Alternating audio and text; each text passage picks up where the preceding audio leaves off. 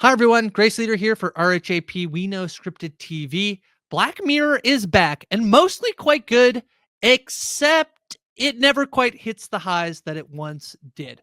Welcome today to a very special solo episode review podcast of the new season of Black Mirror Season 7. Black Mirror premiered on Netflix on April 10th. It was 6 episodes long, and it included a sequel for the very first time of a Black Mirror episode, USS Callister, the sequel being USS Callister Into Infinity. All right, let me break this down for you. I'm going to do a little bit of a spoiler-free section, and then I will do a spoiler-filled section. So you don't need to tune out yet if you have not seen the show, the season of Black Mirror, because I'm going to tell you a little bit about what I thought. Black Mirror, of course, is the anthology show by Charlie Brooker, originally aired in the UK and moved over to Netflix. And I do feel like there has been a little bit of a pre-Bandersnatch and post-Bandersnatch Netflix universe. The ones before, I think, tended to be quite well received, quite strong, had a specific tone and theme to them that I thought was quite effective. Black Mirror is inspired by the Twilight Zone and uses the themes of technology to comment on our society. It is a black mirror of our society, the darkest version of our society, often using some piece of technology to explain something of the moment. This was done incredibly well over the first few seasons, and I do think that one of the things the show was known for was sort of having some sort of twist ending or something akin to a reveal that often left you pretty depressed, actually. So that's sort of what the show has been known for.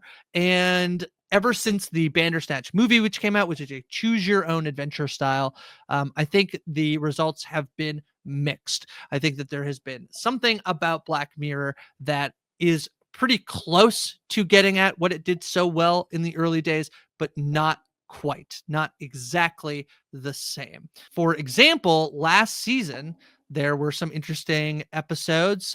Joan is Awful is this one where this woman finds out that her Streamberry account is essentially, mimicking her life. It featured Annie Murphy from Schitt's Creek. I also quite liked Beyond the Sea, which is this alternate history of these astronauts who live up in space and can use this technology to visit back home. That was Aaron Paul and Josh Hartnett and Kate Mara, and it was pretty well received. But overall, the show maybe didn't quite hit the highs it did in the early days of episodes like White Bear and White Christmas, and of course the surprisingly happy ending episode in San Junipero. But season 7 has returned, all of it released on Netflix. And it includes 6 episodes, all on these different topics. It includes a bevy of cast members, stars in the show. Rashida Jones, Chris O'Dowd, Tracy Ellis Ross appear in episode 1. In episode 3, you get Issa Rae, Aquafina, Emma Corrin, and Harriet Walter. In episode 4, you have Peter Capaldi, maybe better known as the Doctor in Doctor Who, at least one of them. In episode 5, you have Paul Giamatti. And in episode 6, we get our first sequel episode that includes a return of Kristen Milioti, Jesse Plemons, Jimmy Simpson, Billy Magnuson, and more. Overall, if you are a Black Mirror fan, if you're faithful, you've probably already watched the series, and therefore you probably don't need my recommendation. But if you're on the fence and you've enjoyed Black Mirror in the past, I would still say that all 6 episodes are worth watching. They go back to the sort of the tried and true format of a piece of technology that is a commentary on society. Episode 1 does a really good example of this. It's the best example in the season, I think, of this piece of technology that is going to wake people up from comas, only for the users of that to find some sort of problem that you will quickly figure out. And I'll get more into that in the spoiler section. There's also an episode where people can enter photographs and sort of use them to try to jog their memories. And there is an episode where they can enter an old film sort of using AI-like technology to be able to remake a film using different actors. So all of these end up playing into something. I do think that for the most part, the show seems more interested in the concepts than figuring out the stories behind them. And that's true of different episodes in the season. Some are more successful at inserting a lot of character development and story into the episodes, while others are less successful at doing so. But overall, I think in particular, the first and last episode, so episode 1, which is called Common People, which has Rashida Jones and Chris O'Dowd, is well worth watching. And episode 6, which is the sequel to USS Callister in the form of USS Callister Into Infinity, is also worth watching. It's maybe not the best Black Mirror episode, but it was very fun to be back in that universe. Overall, the other episodes I think are hit and miss, going from being okay to being fine. And if you were to skip them, I certainly wouldn't blame you. But the nice thing about an anthology show is you can pick and choose which ones you want to watch. All right, let me dive into some spoiler-filled reactions to Black Mirror Season 7. Common People in episode 1. This is the one where Rashida Jones, her character, ends up in a coma, and her husband decides that he's going to use the technology to wake her up from a coma using this subscription service. At some point, they realize they are on the basic plan. The basic plan, of course, has advertisements. The worst. Who needs them? Sometimes we do need them. They're probably ads on the podcast you're listening to, but don't worry, it's for the greater good.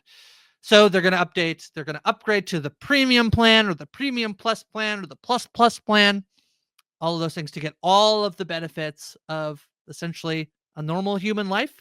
I really loved this episode. I think this is probably my favorite of the batch. I feel like it's the closest we get to old school Black Mirror. If it's not exactly, hitting the highest of highs, that's okay in my book. I think this one is still very topical. It's probably the most topical Black Mirror episode we've gotten in a number of years, and I think the acting is really well done. And the ultimate writing of this episode, in which they're going to choose to have Amanda die, I think works quite effectively in sort of that dark, sad Black Mirror ending that we once knew and loved. So I highly recommend Common People and think it's the strongest of the bunch.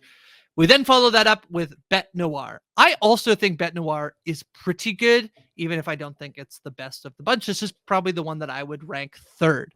Bete Noir is about Maria, who works for a research company, and there's a new employee who she knows back from school. Turns out Maria maybe occasionally participated in, maybe even led, who knows, the bullying of this woman named Verity. And slowly, Maria starts to realize that things are not quite as they seem, as Verity is changing, literally changing things as she's talking. She's able to speak into a device and change the entire fabric of the world, basically inputting them into a new alternate reality where the thing Verity said is the thing that is true. It essentially drives Maria mad. We learn that Verity has done this to the other bullies, the people who bullied her at school before. And, actually, the more I'm talking through this out loud, I think maybe this one is maybe as good as Common People. But it just doesn't seem as timely and applicable to our current day. Maybe other than the fact that we all sort of live in our own different bubbles in our worlds. But in terms of a horror movie setup, this one is very, very good, with Maria slowly realizing that something is not right and sort of losing her mind. Ultimately, where we end up in this moment at the end of the episode, where Maria kills Verity, seizes control of the computer and the pendant, and shifts reality into this sort of amazing ending. This one, to me, the thing I like about episode 1 that episode 2 maybe didn't do is that maybe it wasn't quite as dark of an ending. It is kind of dark to think that Maria is going to wield this power in a way. Maybe she's been the baddie all along.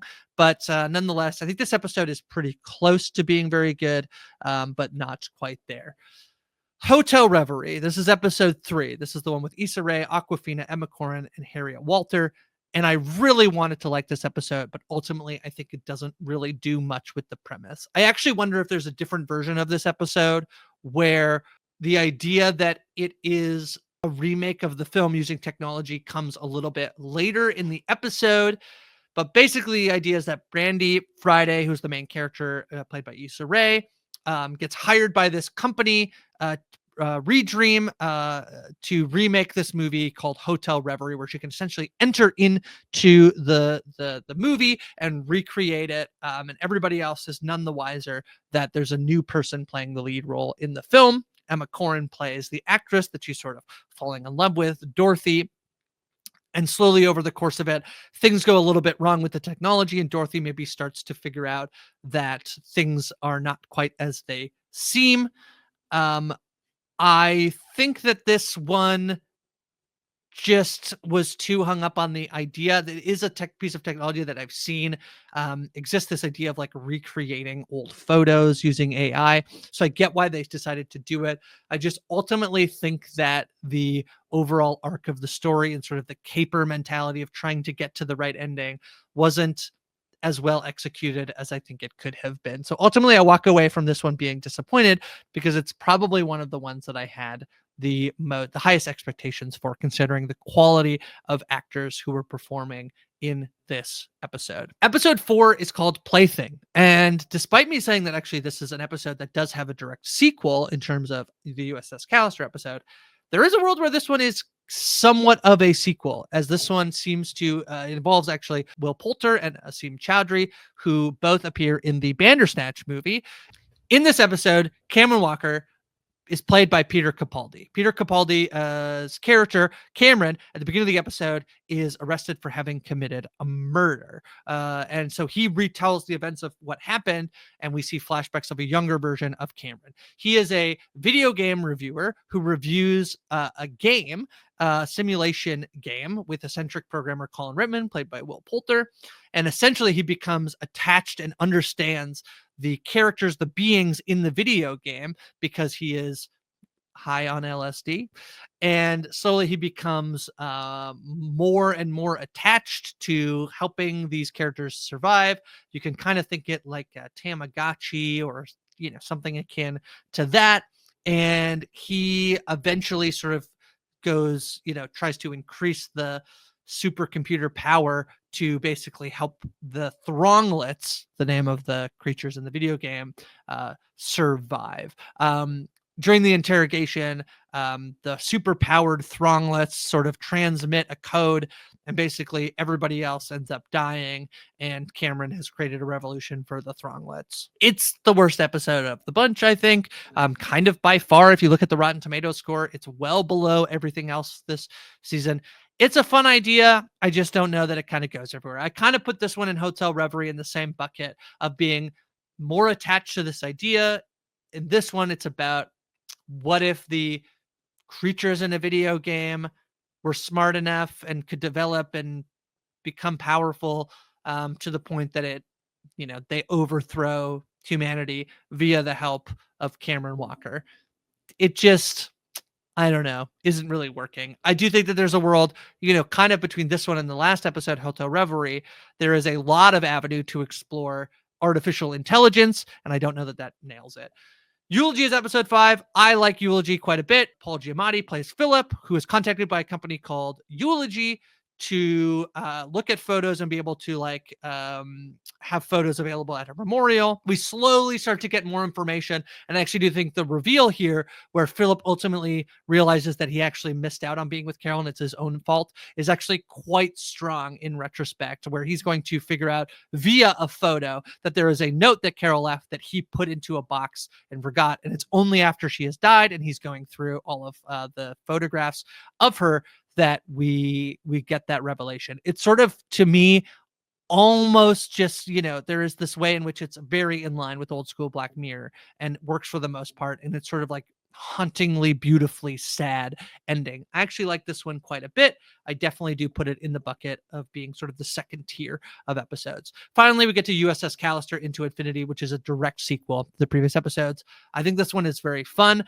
I think the interesting thing about this episode is that while Charlie Brooker had said that there was so many opportunities to explore the future of what happened, what this episode actually does is go back and sort of explain a lot about where we ended up into the first episode. We get a lot more backstory and explanation, and we get this reveal that actually there is a Jesse Plemons clone sitting in the middle of the world in a universe who is building the world. I thought was a really interesting reveal, and it almost feels like you're going to be sympathetic towards him before it ultimately is revealed that he's kind of exactly who he was in the first one, threatening Kristen Miliotti's character, and he ends up dying. I quite like this one. I don't know that it's the best Black Mirror episode, but I think it was a very fun sequel to a universe I really enjoyed being in before. So overall, I think I'm pretty high on the episodes. I think that 4 out of the 6 are actually pretty good, if not great. And I do think that it's still in sort of this new era of Black Mirror and isn't the best show on TV like earlier episodes were, but it's still well worth watching. You probably could skip Hotel Reverie and Plaything. If you do really like the actors from Hotel Reverie, you could probably go and watch it. I would love to know what you think in the comments, or you can send me a message on social media. Let me know which episodes you liked and which didn't work. For what it's worth, I think it's worth having more Black Mirror in our world, and excited to see if they do any more of it.